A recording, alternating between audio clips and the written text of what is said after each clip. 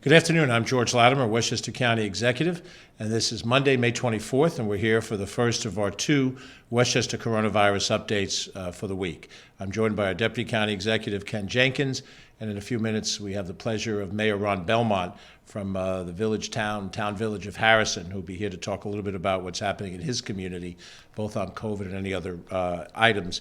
You will see that today, for the first time in quite a number of months, I'm opening up our report without having my mask on. I have it with me, but not on right now. And we want to highlight that the CDC guidelines and the New York State Department of Health have issued a series of directions that now make it possible for us, when we're indoors, to operate without having a mask on. The requirement is that I be double vaccinated, that Mr. Jenkins be double vaccinated, and anybody else that's with us here, with proper distancing as well, be double vaccinated. We've both done that. We've both gone through the period of time after the second shot of over 2 weeks, and so now we are told that we don't have to wear a mask in all settings. There are some settings in which you do have to wear a mask. Mask is still required when you're on public transportation. For our purposes, that means a Beeline bus, or if you take Metro North into New York City or ride the subways in New York City, you need to have a mask on. If you go inside a nursing home or a homeless shelter, a correctional facility like the county jail, any of our schools or our other healthcare facilities across the state, you must wear a mask. But absent that, you do not need to wear a mask indoors and outdoors, where you know that you've been vaccinated and you have the opportunity now to live something closer to a normal life. So I can take the mask, put it back in my pocket, keep it handy because I might still need to use it. Private venues still have the ability to decide whether or not mask wearing is required. So you might see a sign on a store window that says masks are required to enter, and if they require it, that's the decision of the management of the business, the restaurant, whatever, then the mask goes back on, and usually if it's a restaurant, you take it off when you're in the process of eating. Those individuals who are immunocompromised, if you have a serious underlying illness, or if you're unvaccinated, you should continue to wear a mask. And this is very, very important. We are not in the process right now where we can immediately know whether a person has been vaccinated or not. If you are unvaccinated, you should wear the mask because you may have the disease and you can transfer it to somebody else. Now, when those who are vaccinated, we're much less likely to get the disease, but it's still possible. And it's much less likely that if you get the disease, it will be in a less severe form where both serious illness and fatalities are highly unlikely if you're vaccinated. But you're still subject to the disease. And we are on a system right now in New York State, certainly in Westchester County, of an honor code. And the honor code is if you know that you're unvaccinated for whatever reason, whatever the reason it is, then you should continue to wear your mask. It's very important. This is a matter of courtesy to the people around you. If you do not wear a mask and you are infected and you don't have a mask on, whether you like the mask or don't, none of us love to wear the mask, you can, by a cough or a sneeze, infect somebody else. And that's not correct. So you put the mask on. If you have been unvaccinated or you're in some of those particular settings, you can take it off indoors and outdoors. You can enjoy the fact that we're now starting to have larger gatherings outdoors. I went to a number of Eagle Scout Court of Honor this weekend, and it was really a wonderful festive opportunity to see people in person, to a historical society, annual meeting for a county historical society, and you begin to enjoy being with people again, not everything on Zoom, not everything in a remote fashion. But it's important that you make sure that you have face coverings where it's necessary. And let me repeat, one of those restrictions on public transit. If you're riding on a Beeline bus, you don't know who you're traveling with, you don't know the vaccination status of other people, you must wear the mask, even if you are double vaccinated on a mass transit vehicle. We're also protecting the bus drivers, and that's important because their ability to run their buses is how the system keeps going on. We're very concerned to make sure that that happens. If you have any questions about the Westchester Beeline bus system, by all means, go onto our website, westchestergov.com/Beeline bus, and there'll be some information for you so that you know. We're going to cover some of the statistics of where we are right now in the process. Things continue to get very, very much better in the way we look at the decrease in infection and the increase in the number of vaccinations. On the infection front, we're down to 648 active cases of coronavirus in the whole county in the aggregate as of today. 648 cases. A week ago today, when we reported to you, that number was 922. So that's a drop of almost 300 cases, roughly a third of what we had a week ago. Are no longer active cases as of today. And if you go back 2 weeks ago, the number of active cases was 1,352. Now, 2 weeks ago when we reported 1,352, that was a drop from the 4,000 or 5,000 number of cases that we had in the weeks and the months prior to that. But just in the last 2 weeks, we're down to 648 cases. We had 18 positive cases yesterday. That is the smallest number for one day that we've seen in 9 months, roughly speaking. And it's a very, very good sign. And we have to make the assumption that the more people are vaccinated, the less likely they are to get the disease. So the disease may still be out there to the same degree. We don't know that. But what we do know is that when we, as we did last night or yesterday during the course of the day, when we test 4,000, 5,000 cases and you get 18 positives and all the rest are negative, that is a good sign of reducing the spread of the disease. And the hospitalization numbers, we have 63 people hospitalized right now for coronavirus. That's the same number as a week ago. 2 weeks ago, that number was 74. So the hospitalization numbers have come down, but they flat over the last week. We'll see if that trend continues or not, if we've reached some plateau or if it's just a pause before those numbers step down a little bit lower than that. Very good news is we have had no fatalities over the last 3 nights. 3 consecutive nights, no fatalities. We hope that we can say that every single night as we go forward. To give you a perspective of the number of people we've lost from COVID, in the last 30-day period, we'll call it over the last month, it overlaps May into April. Over the last month, we've lost 27 people. The month prior to that, we lost 67 people, and the month prior to that, we lost 103 people. So from 103 to 67 to the last month, 27 people. That is progress in the proper direction. Every death is a tragedy. No person's life is a statistic. But the numbers are moving in a proper direction, and they continue to move in a proper direction. If they didn't, we'd tell you that too. But we're encouraged by what we're seeing, and we think that the single biggest reason for it is the statistics on vaccination. I'll just quickly run down. We have had, at our major vaccination centers, over 400,000 vaccines administered. The county center continues to lead the parade with 277,744 vaccinations pandemic to date, which is really about early part of January. I think somewhere in the first week or two of January, we opened up the county center. We had some vaccines given out prior to that through our White Plains Health Clinic and our nurses. Our various clinics, 54,000 and change. The Yonkers Armory, 71,000. We'll have an announcement about that. Ken Jenkins will cover that in a few seconds. For a total of 403,000, just under 404,000 vaccinations administered. We are we're in the 50 percentile range of people vaccinated with at least one shot. We're in the high 40 percentile range, approaching 50% fully vaccinated. And we have numbers that are about a week old. We usually get new numbers from the state. They have the information. They report it to us, usually on Tuesday of every week. So on Monday, I'm giving you stats that are almost a week old. Hopefully, when we do the update on Thursday, it will give you a better idea of where we stand on that. But we're very excited that we're making continued progress in vaccinations. We'll talk a little bit more about what some of those vaccinations look like as we go forward. What I'd like to do next, before we have Ken go through a couple of other different specific informations, is to ask the mayor of the town village of Harrison, Ron Belmont, to join us. Harrison is the birth town of my mom, and she had a very warm spot for Harrison. She took me there as a young child many times, and it's right on that same route. My dad worked in Mamaroneck, and I had relatives buried in Port Chester. So right up and down that Sound Shore, Harrison was very much a part of my early life and throughout. Ron has served as the mayor for a number of years, and this is his final year as mayor, so he's having a valedictory lap. He's also grown a very nice COVID beard. I don't know if his wife likes it, but I think it looks pretty cool. And we're very happy to have him with us here today. Ron Belmont, the mayor of Harrison. Ron, thanks for coming with us. Thank you, George. It's a pleasure to be here. I really appreciate the opportunity. And I'm really excited to say that we've had 5 consecutive days with 0 new infections in the town village of Harrison. Our town hall is open, and we would like by appointment only, just in case too many people come to one department at the same time. We don't want to have the town hall crowded. So town hall is open by appointment only, and our libraries are open as well. But in the libraries, you must wear a mask. So keep that in mind, that the library is very similar to the schools. Their regulations are that you must wear a mask while in the library. Basketball courts remain closed in the town village, and they'll stay that way until we get further clearance from the CDC or Westchester County Health Department as far as those guidelines go.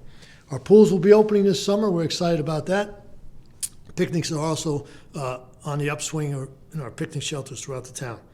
We have a Memorial Day celebration will be Monday at 10 o'clock at the Veterans Memorial Building. We're going to have a presentation and present the colors and give some speeches, and we'll have a great time and remember those people who from the town village of Harrison, especially who had passed.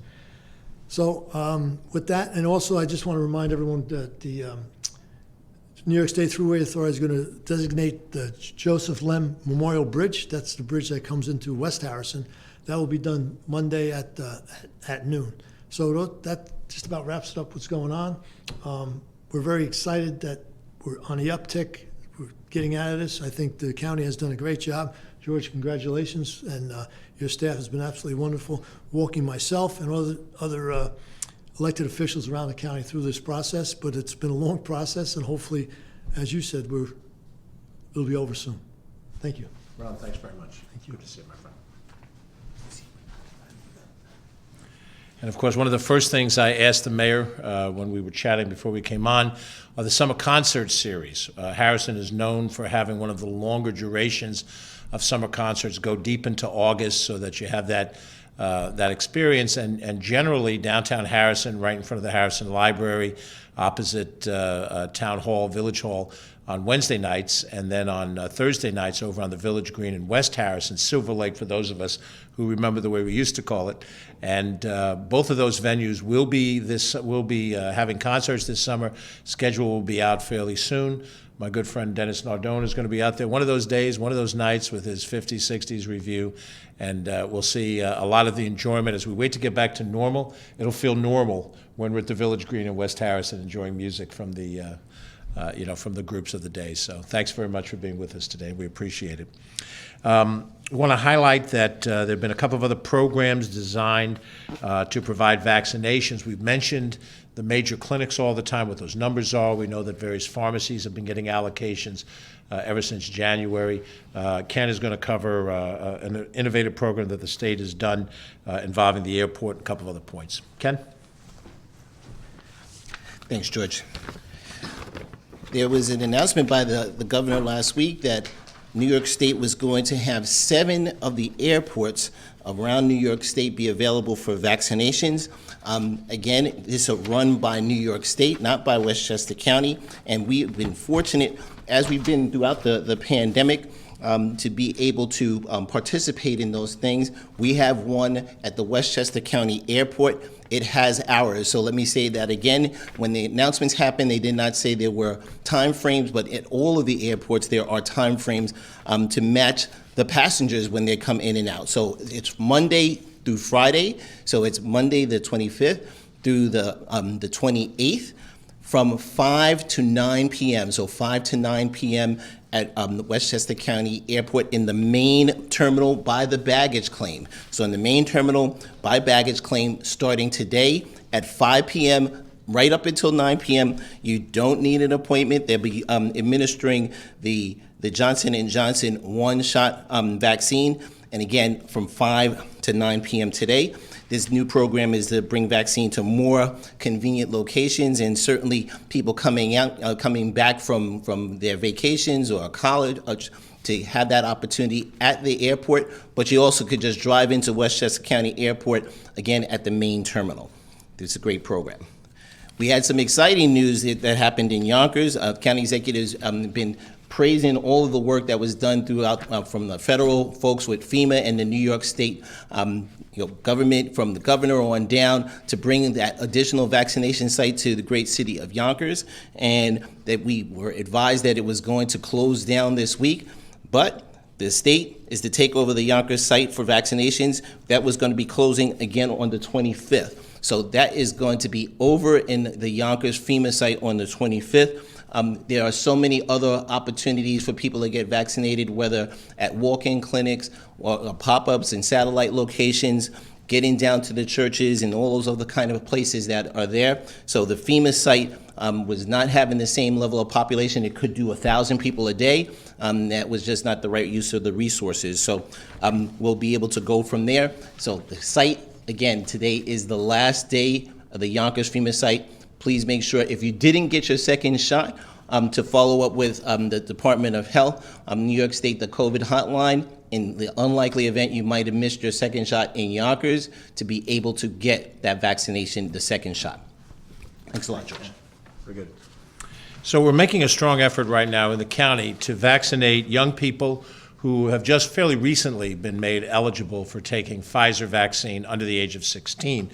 And Emily Saltzman, our Deputy Director of Operations, along with Aviva Myers, Chris Steers, and Blanca Lopez have all been very deeply involved in trying to set up different vaccination sites at various schools. And a number of different school districts have pooled together their resources, transportation and otherwise, to provide sort of regional opportunities for people in that age, 12, 13, 14, and 15, also to get vaccinated. Some of the clinics that we have coming up that have a school connection to them, Yonkers Riverside High School will have their clinic on Thursday from 2 p.m. to 6 p.m. That's on the 27th of the month, this Thursday. And then also on Friday from 2 p.m. to 6 p.m. at the same location. That will accommodate primarily those who are in a school setting. Could also apply to any of the teachers or administrative personnel that haven't had a vaccination yet, but targeted particularly at schools. We have one coming up tomorrow, Tuesday the 25th, in White Plains at the Highland Middle School in the Media Center. That's on 128 Grandview Avenue, the Highland section of White Plains. That's the southern end of the community south of downtown. That's from 2 p.m. to 6:30 p.m. Wednesday will be in Croton at Croton Harmon High School, and that's joining forces with the Croton Harmon School District as well as Henrik Hudson School District. So that serves areas like Buchanan and Verplank, a portion of Cortland, and then Croton Harmon serving the village of Croton-on-Hudson and some neighboring portions of Cortland.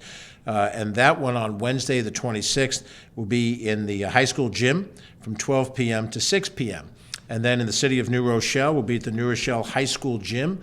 High school's on Clove Road, right in the heart of town, on Thursday the 27th and on Friday the 28th. And those clinics will be 12 to 6:30 on the 27th and 11 a.m. to 3 p.m. on Friday the 28th. So targeting young people is one of the areas that were not targeted until the vaccine was made available to them, and hopefully that will help us continue to show the rise in our numbers. We've identified that we've had challenges, not only obviously with young people who were not eligible for it, but an older cross-section of young people, 18 to perhaps 29, who have been resistant on taking the vaccine. They certainly feel they're at the peak of their health. Their personal antibody system and structure is at its peak and can fight off a disease, but they could get the disease and be communicable to other people. So we're trying very hard to reach out to people in that age cohort, also those folks who are poor, people of color, in urban settings where we have made outreach efforts, but we can always do more. We're trying to do more of that. Along those lines, we have our second day today of vaccinations in Portchester at the Salvation Army facility on Bush Avenue, and that time frame is a late afternoon into evening setting. I believe it's 4 p.m. to 7 p.m. Let me just check. Yeah, 4 p.m. to 7 p.m. At the Salvation Army in Portchester as we reach out to one as well as many other of the urban communities. And hopefully, as a higher percentage of people get vaccinated, we'll continue to see the diminution in the amount of infections. We're encouraged by that number. We're encouraged by the low hospitalizations. We're encouraged accordingly to remind everybody that we get close to normal. We just have to be vaccinated. And the act of vaccination is why Ken and I can now do this report without having to wear masks in each other's company. We hope those of you who are not vaccinated will consider to do the same thing so that we have an opportunity to move forward. We have no questions from the press as it stands now, so if there are any members of the press who have any questions for us, you can reach out to Catherine Chaffee at 995-2932. We'll be happy to try to answer some of those questions.